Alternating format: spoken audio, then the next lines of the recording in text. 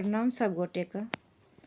हम अपन चैनल मधुर मिथिला में अहाँ सब गोटे का स्वागत करै छी और आज छठ पूजा के गीत गाबै छी। जँ गीत नीक लागत तो चैनल के लाइक शेयर सब्सक्राइब कऽ देबै।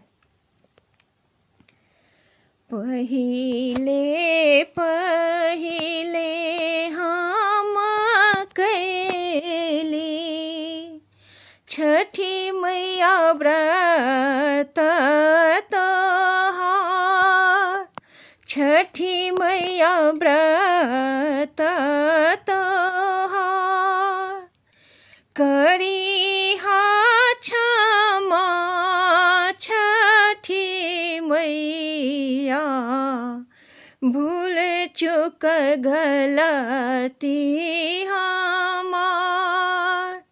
करिहा क्षमा छठी मैया, भूल चूक गलती हमार।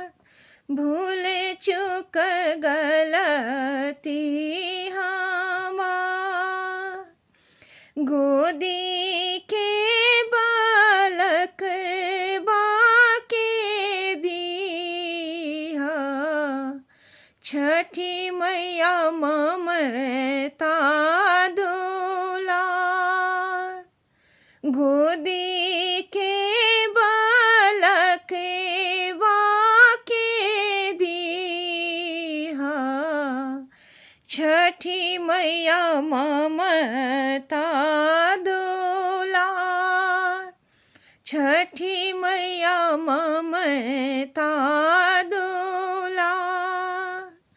पिया के सनहिया बनैहा, मैया दीहा सुख सार। मैया दीहा सुख सार।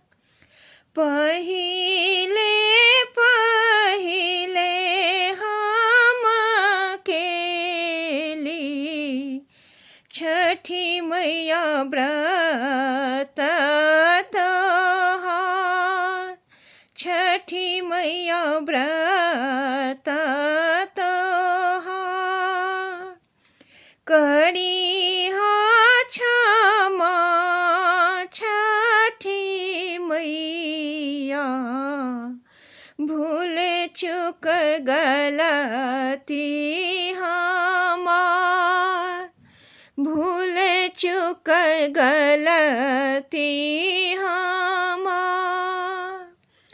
नारियर के रे बाग देवा, सजल नदिया किनार।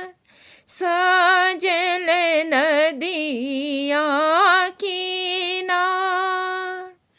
सुनिहा अरज छठी मैया, बढ़े कुल परिवार। सुनिहा अरज छठी मैया, बढ़े कुल परिवार। बढ़े कुल परिवार। सुनिहा अरज छठी मैया, बढ़े कुल परिवार। घट सजवनी मनोहर, मैया तोहर भक्ति अपार। मैया तोहर भक्ति अपार। लिहे ना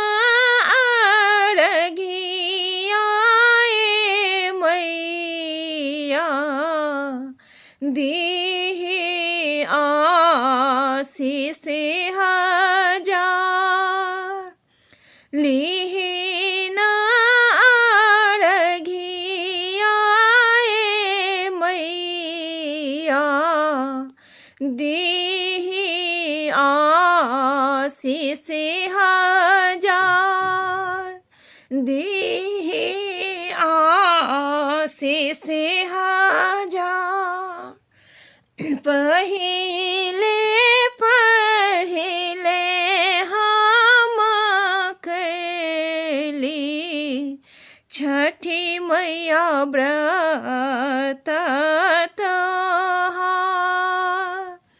छठी मैया व्रत तोहार करिहा क्षमा छठी मैया भूल चूक गलती हमार